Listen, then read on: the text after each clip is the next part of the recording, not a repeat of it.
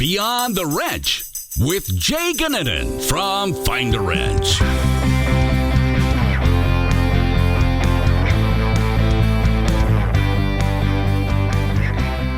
Welcome to Beyond the Wrench. I am your host, Jay Goninen.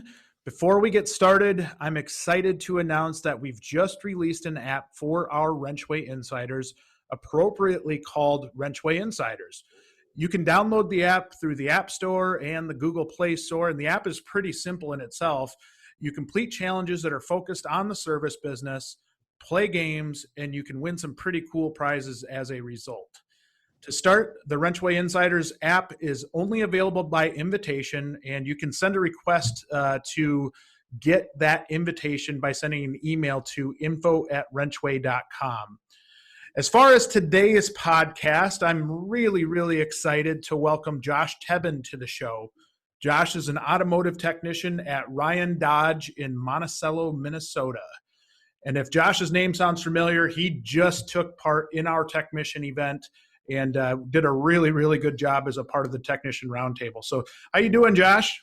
I'm not doing bad, Jay. That's good. First and foremost, what'd you think of technician? I thought it was good. Still I was waiting to see the recordings because I wasn't able to get on live and actually watch everything. Yeah. That was the toughest part for technicians. And for those of you that didn't sit in on it, we pre-recorded the technicians roundtables just so we wouldn't take away from their days. A little tougher to get techs away, but I thought it went really well. You did a really good job in giving feedback, and I thought as a whole, that technician group did a really good job. You felt comfortable with everything there? Oh yeah, I felt great with it. I mean, it was a nice balance of a couple of the younger guys in there, with a little less experience, all the way to, we had that 25 year. Yeah. So, it was a nice balance on the round table, I thought. Yeah, I did too. And I liked the kind of the width or the how different the experience was. We had some independent experience, we had some dealership experience, and kind of everything in between. And I think the majority of the panel had actually worked at both independents and dealerships, including you, right? Yep. I definitely have done both. So, I've seen both sides of the spectrum on that. Yeah, that's cool. So let's start by learning a little bit more about you, Josh. You're from Minnesota. What got you into kind of becoming a technician? So I grew up around heavy equipment. That's what my family did, is they did excavating. So, I've just kind of been around it my whole life. I really didn't start automotive until I got out of the military. I was a heavy equipment mechanic in the military. So, I've done it since I was about 15 years old. So, it's just something I've naturally done. What branch of the military were you in? I was in the Marine Corps. In the Marine Corps. All right. And tell me a little bit about that. I've talked to former, other guests that we've had about the translating from military life to civilian life. How was that transition? It was actually kind of rough for me. Yeah. So, in the military, I was technically a heavy equipment mechanic, but my main job was a small engine mechanic. So I was a boat mechanic while I was in the Marine Corps. Wow. So, I've run the gamut on a lot of your spectrum. Yeah, no kidding. Everything. My goodness, you've worked on a little bit of everything. Yeah, so it's been a long time since I've touched any equipment and stuff like that. I still kind of work on boats every now and then, but I don't really care to anymore. I don't blame you. So where were you stationed at? I was in Japan for 2 years, and then I was in North Carolina for my last year in. Wow. How was it in Japan? It's basically kind of like Florida weather, but you get a little bit more humidity, and the tsunamis kick up a little bit more than what hurricanes do. Wow. So going from Minnesota to Japan, a little bit of a difference. Little bit of a difference. So my whole first year I was doing basic training, and then I was at school in Missouri, and then I went to North Carolina for some more training, and then I went from North Carolina to Japan, and then I went Wow. back to North Carolina. So what was your first job in the automotive world then? So my first job was actually at a small mom and pop independent shop. Worked there for a year, took another job, went and did some labor jobs, came back to it, went back to school, actually got my automotive service technician degree, Good. and then just kind of took off from there. I was a lube tech at a dealership too while I was in school. And then I got hired at an independent shop. I worked on everything from snowmobiles all the way to six-figure classic cars. Wow. So, I mean, I've seen the spectrum on a lot of stuff. Yeah, I would say, and that, I mean, how does that mechanical like kind of knowledge transfer between going, you've got small engine, heavy equipment, marine, and now automotive. I mean, is there a lot of similarities, a lot of differences? How does that work together? I mean, the similarities, I mean, they're all mechanical. I mean, the mechanics portion of it is about the same. I mean, the only difference really is how they all get their fuel. Ah, I mean, that's kind of the biggest thing. I mean, small engines run carburetors, and now they're starting to get fuel injected. And then you got automotive that's on the old classic cars, they still have carbureted. So I mean, it's kind of the same, but I mean, there's just a few little differences in between them, but not a whole lot. did you get into points at all? No. No, we, that's kind of a that lost art form now. it is. And actually the one thing that we did on a lot of the classic cars that we were working on, it was actually converting them over from points, and we would Really? actually go electronic ignition on them. That's smart. Much more reliable and just easier to run. Oh, definitely. Don't have to get in there and adjust them and do all that and rebuilding them. It's a lot simpler. Definitely did it on a lot of the inboard boats I was working on. Yeah. What's the coolest car you got to work on? Probably the I can't think of the year of it. It was a Galaxy 500. It was a Mm. hardtop convertible. It would actually open the whole trunk up, and it would drop that whole hardtop into the trunk. I've seen those. Those are awesome. That was a very interesting car. I mean, I've even worked on a couple MGs. I'm not a fan of those. No, that the kind of the English kind of just a different style altogether. Yeah, exactly. And I mean, I've seen a 440 CUDA that was fully restored back to OE, Wow. and that thing was beautiful. It was immaculate. So is there like a car builder up there that there was all of these classic cars around, or was it just more of just the random collector? It was actually a personal collection. Wow.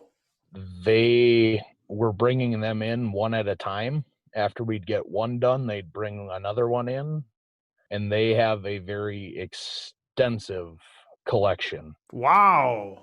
And just a random guy, like a business guy or something? Actually, it was a pair of brothers. So you're telling me my brother's got to step up a little bit here. I need I need some of these classic cars. Yeah, I mean, they have a personal bidder out at Barrett Jackson, Wow. so that's where most of these cars were coming from. No kidding. So, and there was stuff wrong with them, and we'd actually fix them to the point where they were correct. That is cool. I mean, it was a very good learning experience, and I mean, working on the classic cars is a lost art. Yeah. It's hard to do. I mean, with everything they've got out there now for changing a carbureted engine over to fuel injected now, and it still looks like a carburetor with a Yep. Holly system. I mean, the possibilities are endless with these vehicles now. They're cool. Yeah, the kits that are available, it can even make an idiot like me be able to do some of that stuff. So that's that's exciting. Okay, so let's get to the topic at hand, and something that you had originally reached out to me to talk about a few months back. And I really enjoyed our initial conversation and then the conversations that have come since.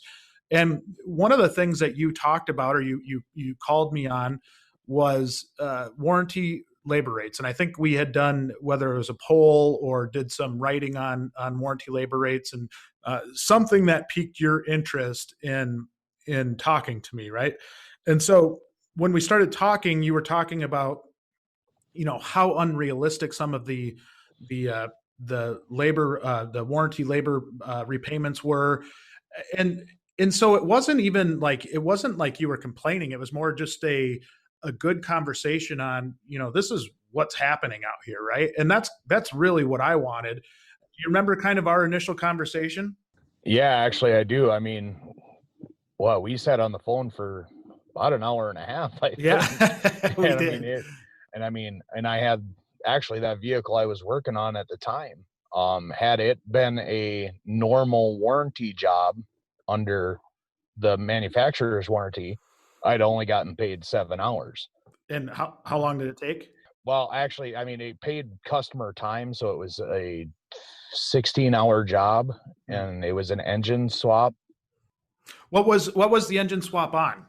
It was on a 2015 Dodge 1500. It was a 5.7. 5.7. And when we talked about it, you're like, there's just no way in 7 hours that you could ever do that job, right? Well, yeah, and then I mean, there was some other stuff that was with it, but I mean, yeah, it can be done, but you literally have to not take breaks Yeah. and just hammer through it. I mean, you shouldn't have to slam something out that fast.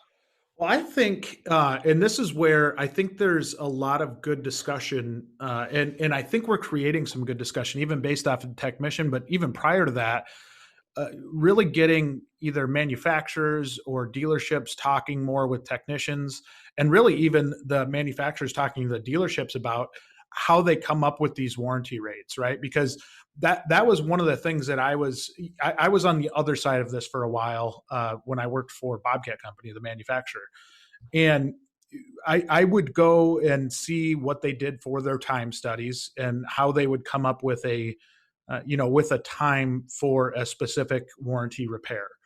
And a lot of the times, the shops were basing how they build out. On the heavy equipment side, flat rate's really not a thing. It's getting a Yeah. little bit more incentivized now. But on the automotive side, I'm assuming their time studies are kind of similar. And we did a podcast with Squire Pettis, who is a rep for Alfa Romeo, and he gave us some really, really good insight on that side too. But really, they're using kind of a collection of different things, right? So it could be average hours on repair orders. It could be, their own time studies that they did internally, which I've been on the other side of that too, as far as a tech goes. And for a tech, I think sometimes it's like, where did you come up with this number? There's just no way that you would get this done. Yeah, I mean, and that's kind of where I sit on some of these. It's like, where are they sitting with a brand new vehicle doing this? Right. I mean, has the vehicle been on the road for a couple years, has some rust and stuff like that? In Minnesota and Wisconsin, right? We battle rust big time. Oh yeah, exactly. And I mean, I know there's some labor ops that you can get for rust and corrosion and stuff like that, but Yeah. you have to have exact punches on that stuff, and it's kind of hard when you're sitting trying to do it, and then you got to remember to punch off for the corrosion repair and then get back on to finish the rest of the job. So if you like break a manifold bolt, like an exhaust manifold bolt or something, and it's stuck in the head, how does that work, right? Like how and maybe that's not a great example, but you know, that random bolt that you go to turn the head and it just pops off flush with. Oh yeah. Yeah, no. Actually, I mean, we do manifolds all the time because I mean, the Hemis are popping exhaust manifold bolts just like the 5.3 in the Chevys. So I mean, usually it's about, if I remember right, for warranty, it's 0.3 a bolt when they break. So they give you time on the broken bolt then. Yes, they give you a little bit, but if it's customer pay, it's a half an hour a bolt. Half an hour bolt. And that's so if that thing breaks flush, Yep. you got a half hour to fix it. Yep, on each bolt. So I mean, I've had some of them, they come out nice. Other ones, it took me an hour on a couple of them. Right. So I mean, it all depends on how old, I mean, honestly, how old it is, how long it's been like that. Yeah. I mean, do you run into that during like with warranty work? We have a couple, but I mean, they're right at the tail end of their warranty. Right. So I mean, they're getting kind of fewer. So I mean, it's not that big of a deal, and most people don't think of it and they don't want to fix it. Right. So I mean, it's not causing any issues. It's all right. So tell me a little bit about, like, what would you consider yourself as far as a level of technician, right? Like, and I'll use kind of the generic A, B, C level tech. Where do you fall in there? I low end A. Okay. I mean, I'm always wanting to learn, and I by far don't know everything. I'm the jack of all trades, master of none in my shop. So I mean, I bounce from anything and everything. Most of the time I do a lot of our lift kits that we're putting in at the dealership. So I mean, I do a lot of our aftermarket stuff. So I mean, and then I do, well, I mean, that job I was swapping the engine on. So I mean, I've run the full gamut on stuff. I mean, I can do full engine rebuilds. I mean, it's very few that you do those anymore. Right. Yeah, it's not like it used to be. Yeah. Drop a new piston in and call her good. Right. So is it a lot of R&R type stuff? A lot of it is R&R now. I mean, it's just remove and replace. Yeah. And I mean, or remove and inspect is a lot of it now. So that's kind of the thing that we've been running into, because the warranty companies and stuff want to send out inspectors to check everything out and make sure we're diagging it right. So walk me through that part, because that's one part that I see maybe the most miscommunication through, which is how to handle diagnostics during warranty. And really, how do you create something where you're not just throwing parts at a warranty job? And I think the manufacturers have done this to themselves a little bit, in terms of, you know, if they're not going to pay you for a decent amount of, or a fair rate on diagnostic time, it doesn't make sense to spend a ton of time diagnosing, and you end up throwing parts at it. Am I wrong? No, you're not. I mean, and that's honestly that's the manufacturers Right. on a lot of it. Because most of I mean, unless we get the engineers involved, I mean, I actually had a Renegade that I had a big wiring issue with.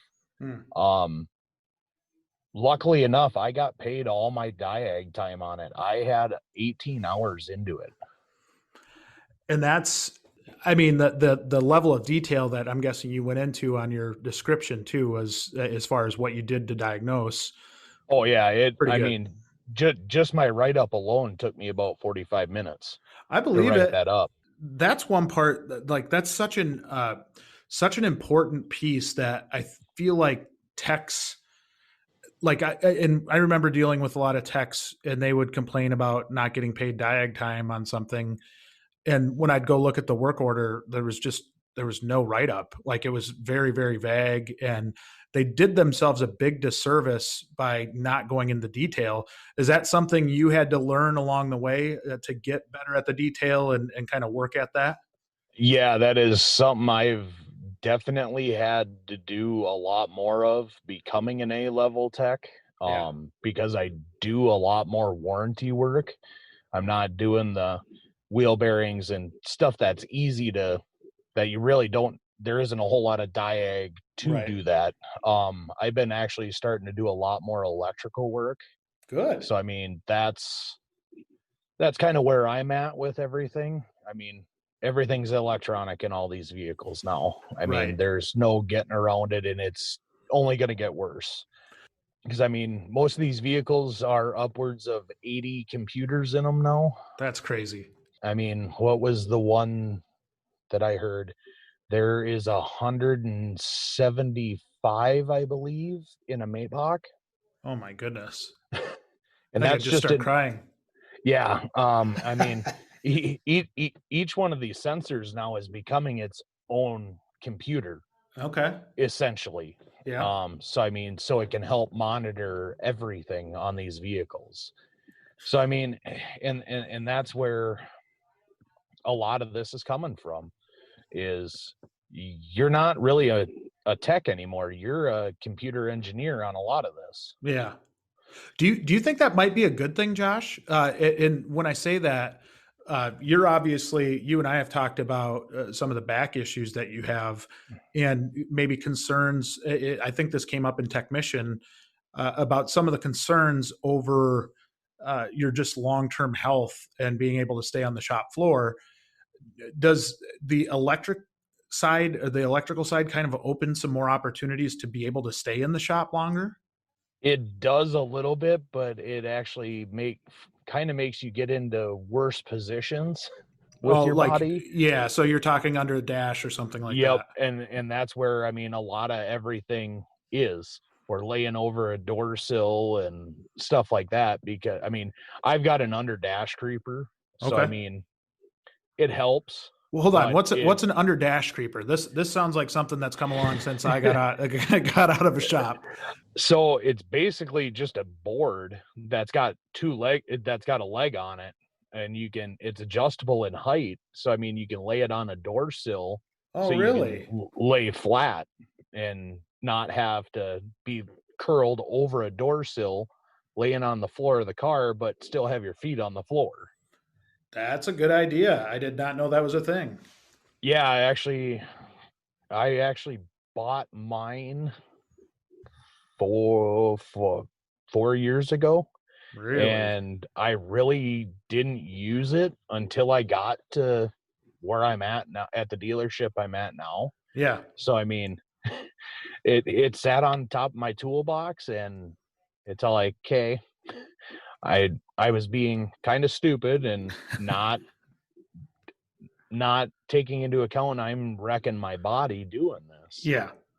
So I mean, that I think that's a lot of techs, is we need to kind of take better care of ourselves. I mean, For so sure. Do you see, and this is a little off topic, but do you see that trending the right way? And the reason I say that is I think it has. I don't think it's the same way as it was 20 years ago, where, I always remember a dealership that uh, one of the guys that he actually owned the dealership is on the Bobcat side, but he talked about how he used to just grab like 350 small blocks like with his hands, and like just like, instead of getting a cherry picker, would just lug them around. And I'm like, that cannot be good for your body. yeah, no, I'm definitely seeing a lot more guys using tools, because it helps longevity of yourself, but just the way everything is puzzled into a car now, you have to do it that way. Right. Otherwise, you're gonna break a lot of stuff. Well, hopefully we're able to get that message across to some of the younger people coming in the industry too, that, it's not, you don't have to be, the tough guy anymore. You can do it the smart way, and hopefully your body holds together more as a result, right? And hopefully you don't have some of those back and knee and hand issues. Oh yeah, definitely. I mean, that's another thing that I actually just recently bought was a kneeling pad. Yeah. So I mean, because I got a messed up knee, and I mean, I haven't always taken the best care of myself, and I've been getting better now that I've been getting older. So I It's mean, funny how that works. yeah, I know, right? So Work smarter, not harder is the way I always look at it. yeah, I was the same way as you. I did not look at it that way when I was younger, though. And there's uh, as I get older, those aches and pains you start to feel. You're like, yeah, I get it now. I get why people say that. Yeah, exactly. I've definitely been feeling it, especially chasing around my two kids. So that's they keep me on my toes though. They do that keeps you young. So I want to go back to the pay side and really how you see it. And granted, you've had a lot of experience in different shops.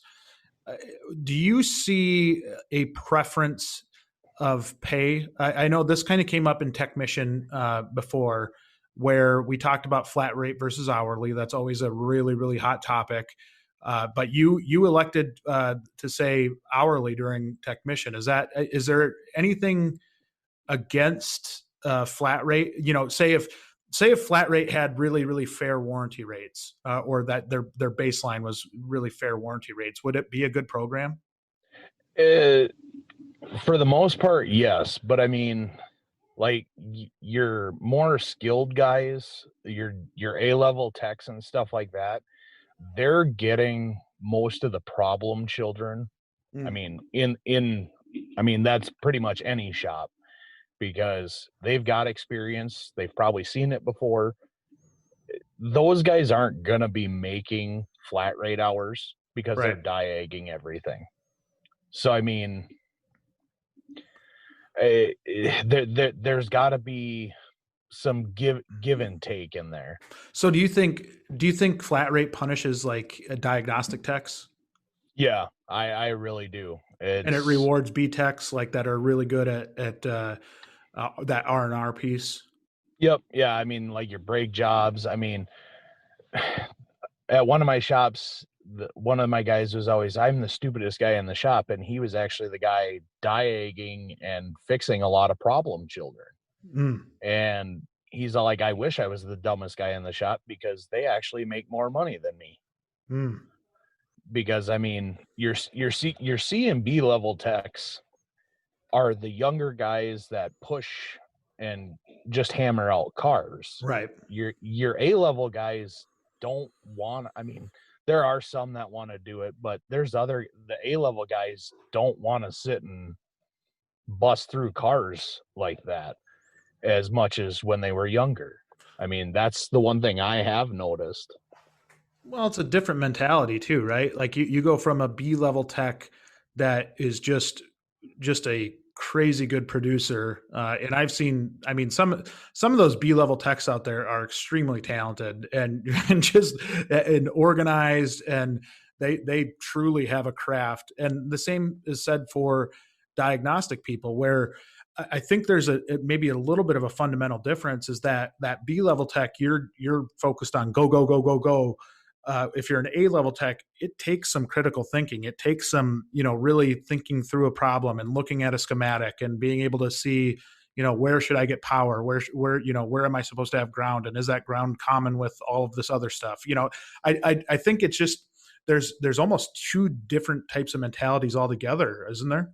Oh yeah, I mean and to go back to that Jeep that I was working on, the codes it was giving me and stuff were pointing at the rear differential. Mm. It actually ended up being a wiring harness on the front differential.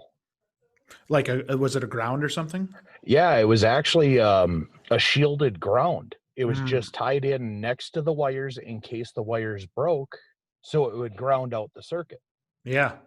So, and we kept checking everything in the rear. I ran brand new wires all the way from the PCM all the way to the rear differential. And come to find out, it was this front wiring harness on the front differential.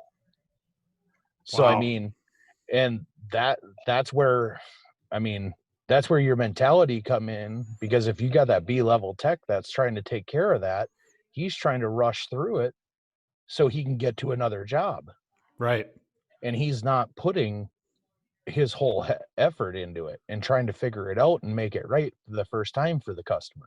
Yeah. And I think you're spot on. And I really truly think when you get the stress of having to work to flat rate as a diagnostic person, it can be really, really frustrating, which is a shame because you're essentially punishing the best that we have by doing that. And that's where, uh, I think there's a lot of A-level techs that do a good job and are able to make their flat rate times, or if it's a dealership or independent, whatever it is, that they really look at it from the standpoint of how do I take care of that person, whether it's, putting them on a salary plan or an hourly plan plus incentives, that kind of stuff, so that you take care of that person rather than kind of driving them out.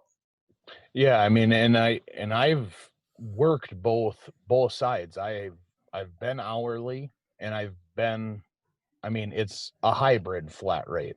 Yeah. I mean, so to call it, at both dealerships that I've been at. I mean, you get paid X amount no matter what, you got a base pay. Yep. But then you get bumped up after you hit 40 hours. So And once then you make that, once you book the 40 hours, then you have like your hourly salary then goes up, or how Yep. did that work? Yeah. Yeah, then your hourly salary goes up. So I mean, say your base rate is $20 an hour. Yeah. And so if you hit 40, you get $25 an hour for all those hours that you book out. See, I like that system. Do you? It's hit and miss. I mean, being up here in the north, everything kind of slows. I mean, I don't know about the rest of the states and stuff like that, but I mean, up here it slows down right before Thanksgiving, Right. and it stays kind of slow till after Christmas. Yep. Picks up a little bit, and then once tax season hits, it takes off like gangbusters. And then all summer long, it's kind of sporadic because, I mean, everybody going to the cabin and stuff like that. Yeah, it's similar. I mean, in Wisconsin as well as Minnesota and North Dakota, South Dakota, you throw hunting seasons in there too, Yep. and you've got just a whole bunch of variables at the tail end of the year. And I think that you're not alone in that regard. I think it's pretty common all over the place to maybe slow down there. And truthfully, I think budgets tighten up around Christmas because you're buying Christmas presents and all that stuff. Yeah, exactly. So I mean, yeah. The one thing I like about that pay plan, Josh, is that you have the floor, right? You have you're not going to go underneath that. Like in this example where you use the $20 per hour, you're not going to go below that. So you know that you can count on that to cover your bills. That's the one, I guess, if I were to say that and this is just my preference, in maybe even as a manager and a tech, and I kind of look at it from both ends, that to me is the safest while also giving me upside, from a technician's perspective. Is that, I mean, what would you rather have? Obviously, we'd all rather have $100 hourly because then what you're yeah, at. exactly. But yeah, but like, what do you prefer? I mean, I'm torn. I Yeah. mean, I mean, it's nice knowing I have that base. I mean, there's no way I would take a job that was straight commission. Right. Absolutely none. Because that is literally telling me you don't want to take care of us. I mean, Yeah. that's just my opinion. Well, I think that's true with other techs too, though. I really think when a shop, and you're starting to see shops, dealerships, independents, whoever it is, start to wisen up to that, because now they've got 40-hour guarantees, or whatever it is, that even if you don't book that many hours, that you're still going to get paid. There are still some out there that don't have that, and they're you're kind of at your own risk. And that's where, from a technician standpoint, I would be a little scared, because if you're counting on a service manager or service writer to bring in business, there's stuff out of your control that really you're not sure if that impacts your daily output. That can be really, really frustrating, no?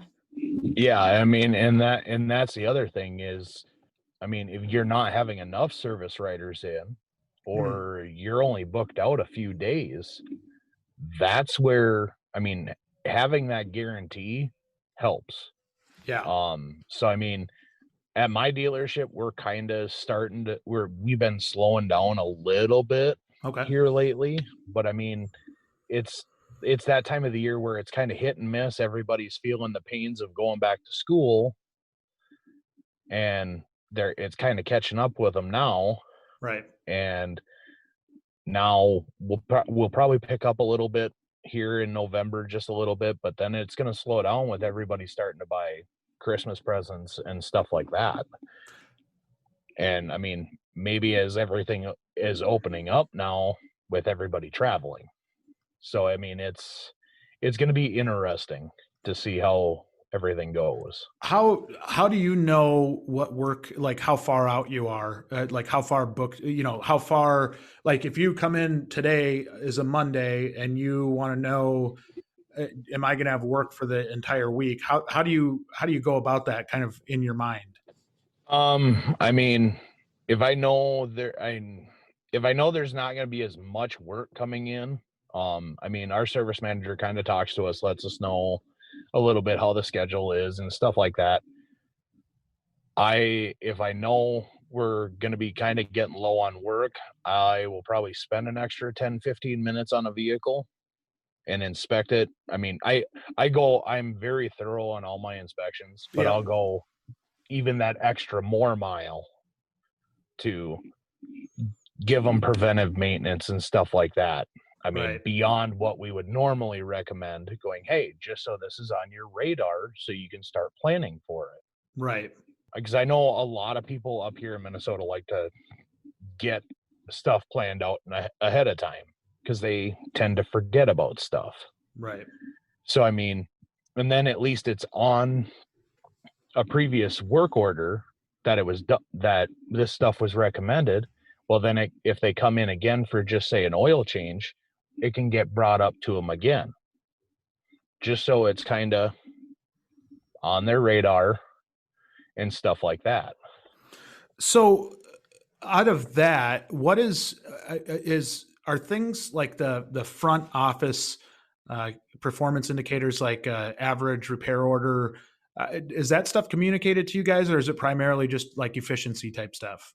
It's, I mean, every now and then they'll give us like kind of some of our average repair orders and stuff like that, and just kind of what hours we're selling and stuff like that. I mean, we get a daily report from my manager, or I get a daily report from my manager on how many hours I did the day before Oh, and okay. stuff like that, just so we can kind of keep track of it and stuff like that. Does that impact?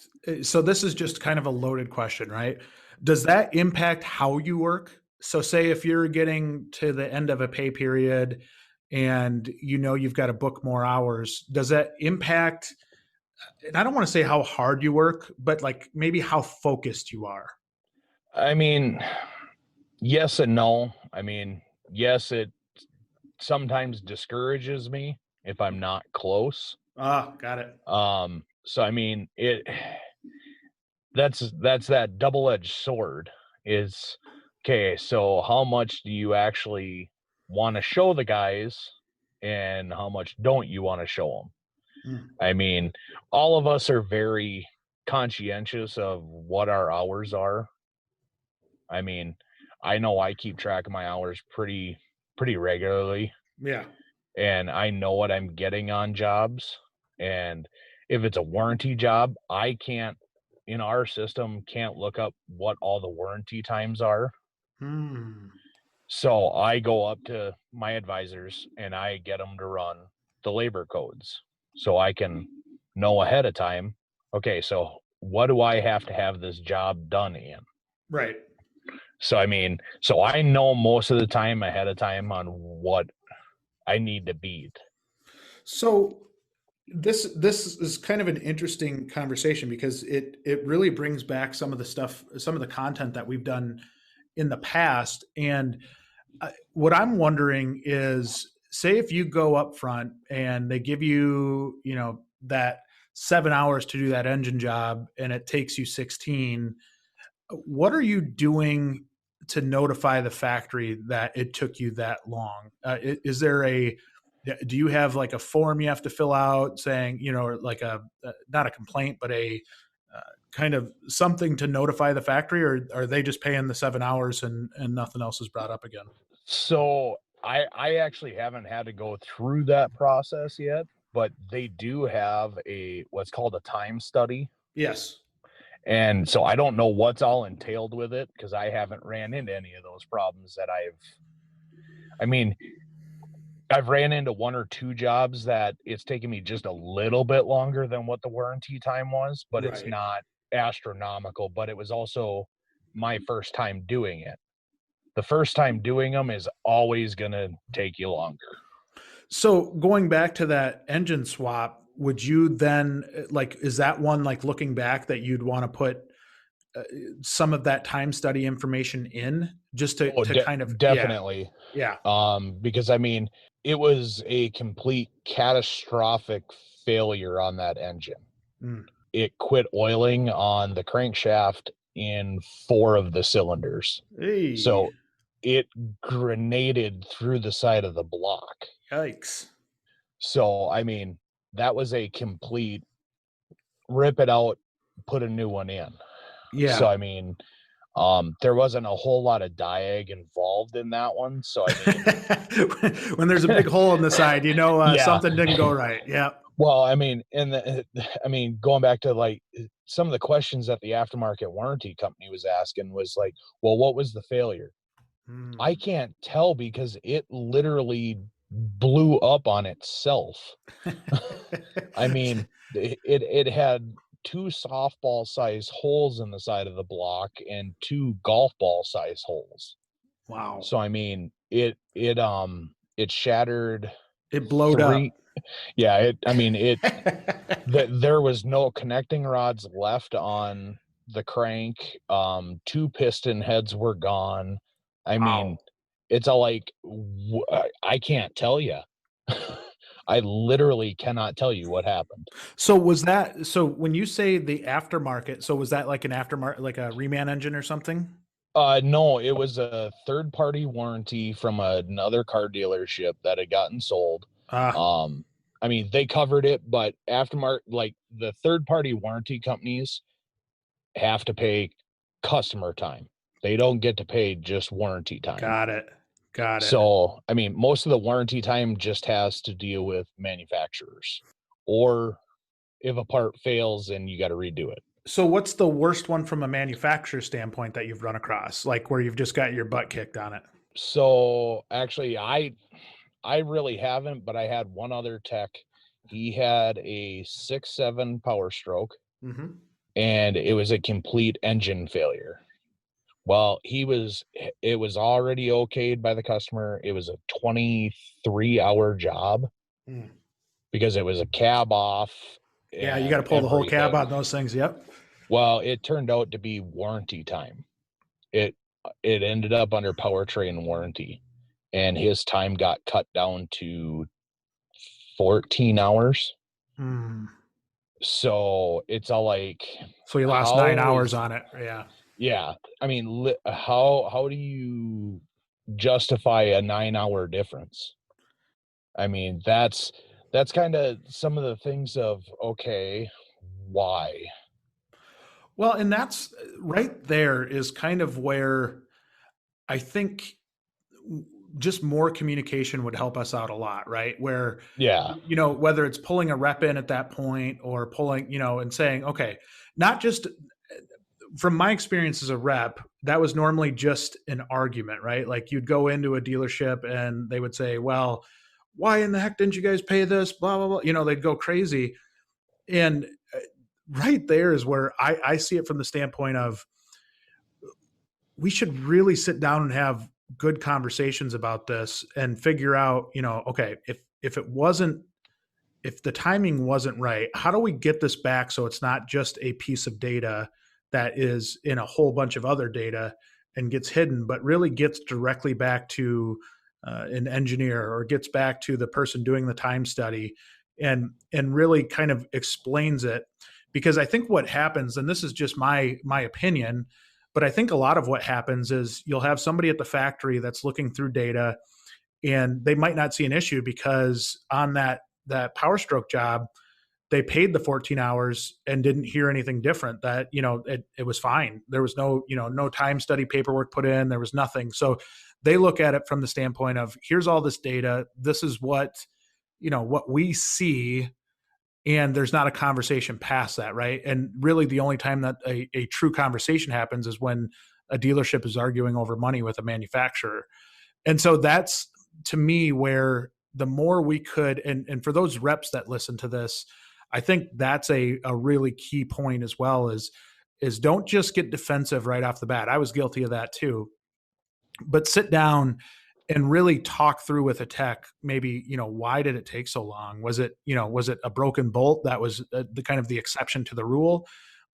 Or is it truly, this just takes a long time? And then learn that, because I think that helps you articulate it back to the factory, and hopefully helps kind of push some of the stuff in the right direction. So does that make sense, Josh? What I was saying? I mean, yeah, it does. And I mean, and if they're doing these time, I mean, and I've heard that they do the time studies, that they set up a whole vehicle and they have all the tools laid out and stuff in a room, and they have all the special tools laid out right off the bat.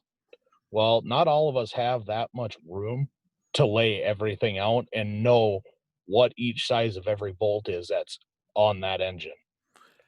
Yeah. I mean, I agree. That's kind of on us as techs, that, yeah, okay, we should, if we have our stuff organized, it should be fine. Well, you got to think of getting off the top of the engine, going to your toolbox, grabbing stuff and everything like that. That everything's not a perfect world. I mean, that's one of the scenarios that was put to me by one of our reps.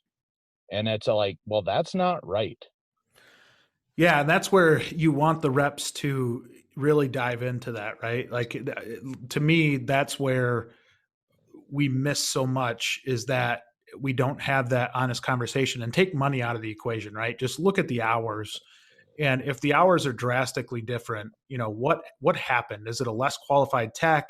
Is it a really good tech that really, just got their butt kicked? Or is it truly a, like, this is an issue. This is something that's just not realistic. And then have, the fortitude to be able to go back to the factory and kind of back it up a little bit. That's what a lot of the dealerships need. And anybody that deals with warranty, I think, is craving that piece of it. So that's interesting, Josh. That's some good stuff. I mean, and I mean, yeah, it's, I mean, I would love to sit and talk with some of the reps. I mean, especially, I would love to pick Squire's brain, honestly. He's great. Like, he's an open book too. I would highly recommend you reach out to him, because he does such a good job of explaining the process that they use, right? And maybe not everybody uses that process, but it does give you a different view or a different perspective on it. And he does it so well that, it makes it really easy to understand. Well, I mean, him and I are technically the same brand. I mean, oh yeah, that's true, isn't it? I didn't even think about that. Yeah. So I mean, and that's why I found it so interesting to listen to his podcast. And I mean, I've listened to all those podcasts. I mean, and the biggest thing for me too is with the jayg time, Jay, is that our advisors got to learn how to sell it better. Right. I mean, there's only so much we can do to try to explain it to them for selling it. One of the other techs I used to work with, he used to work at Volkswagen.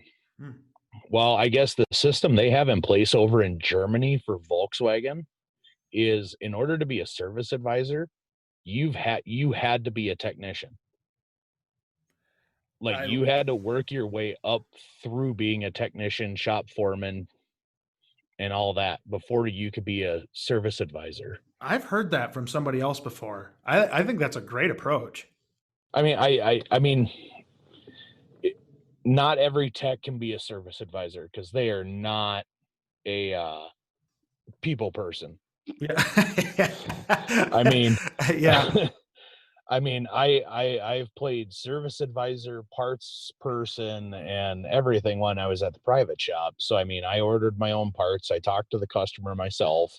I checked them in myself, and I've done that whole gamut.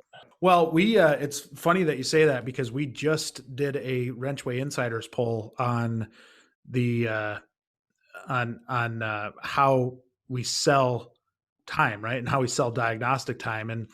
And I point back to this quite a bit because it's just such a good way. But we did a WrenchWay Weekly show and had David Rogers on. And what David talked about is the need to get past the point to where when we're trying to sell maybe diag time to a customer, we do such a poor job at just saying, "Hey, let's plug in this computer and it'll tell us what's wrong with it." Where that's not the case at all. It takes a smart person to read the data that that computer is giving you, and a lot of times the worst thing, and this is per David, and I would encourage anybody to go watch that WrenchWay Weekly episode with him because it was great, where he talks about anytime a service advisor says, yeah, just bring it in. We'll plug it in and see what's wrong with it. You're doing a disservice to the techs.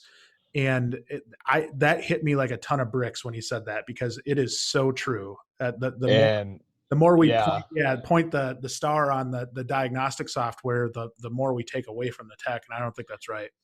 no, and I've actually caught our advisors saying that at several places I've been at.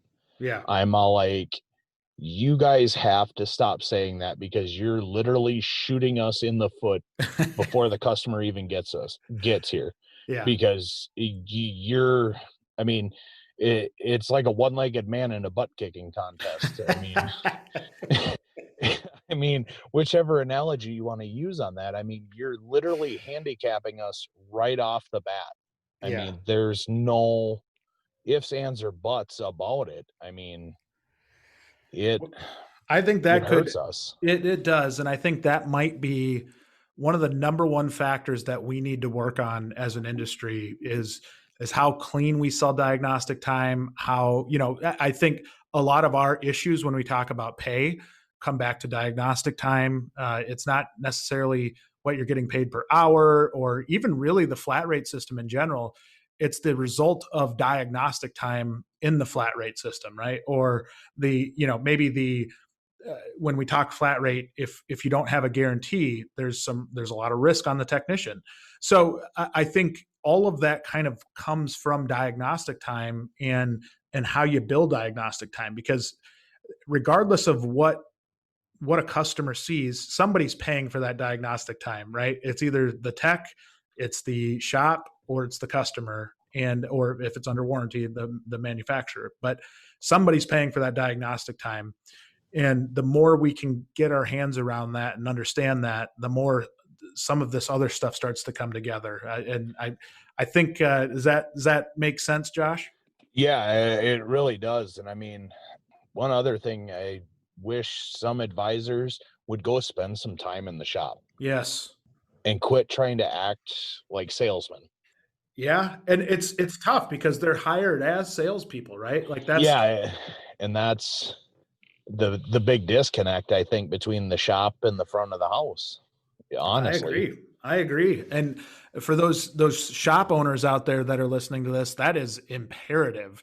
If that's part of your onboarding process for bringing on a new advisor, whatever it is, the more time they can spend in a shop up front and get to know the people that are actually working on the cars or the equipment, whatever it is, the better that relationship is going to be, the better that communication is going to be. And I think too often we just bring somebody in and throw them at the counter and tell them to get to work because we need them. So that's a great point, Josh. Yeah. So, I mean, and that would be my biggest tip to anybody is, I mean, try to learn everybody's job. I mean, understand what everybody's going through. I mean, I know a lot of techs like to blame the parts guys for not ordering the right parts, and and the blame game starts going around on a lot of things. Yeah. So, I mean, and that's where some of the distrust comes from, right? And yep. A lot of what we talk about and we talked about in Tech Mission is the distrust and kind of how we got to close the gap. So, Josh, I will say we are up on our time, which is crazy. This went really, really fast. It always does. It does. And I love getting techs on here because, we really want to hear the voice of tech, and we want to be able to kind of put the opinions of technicians out in the light and be able to really talk about it in a way that the tech doesn't feel intimidated and that we can really kind of hopefully drive some progress. So hopefully we're doing that, Josh. Oh yeah, I hope so too. Well, good deal. Well, thank you for coming on the show, Josh. It was a pleasure to have you on and a pleasure to talk to you as always. And thank you for joining Beyond the Wrench. All right. Thanks, Jay.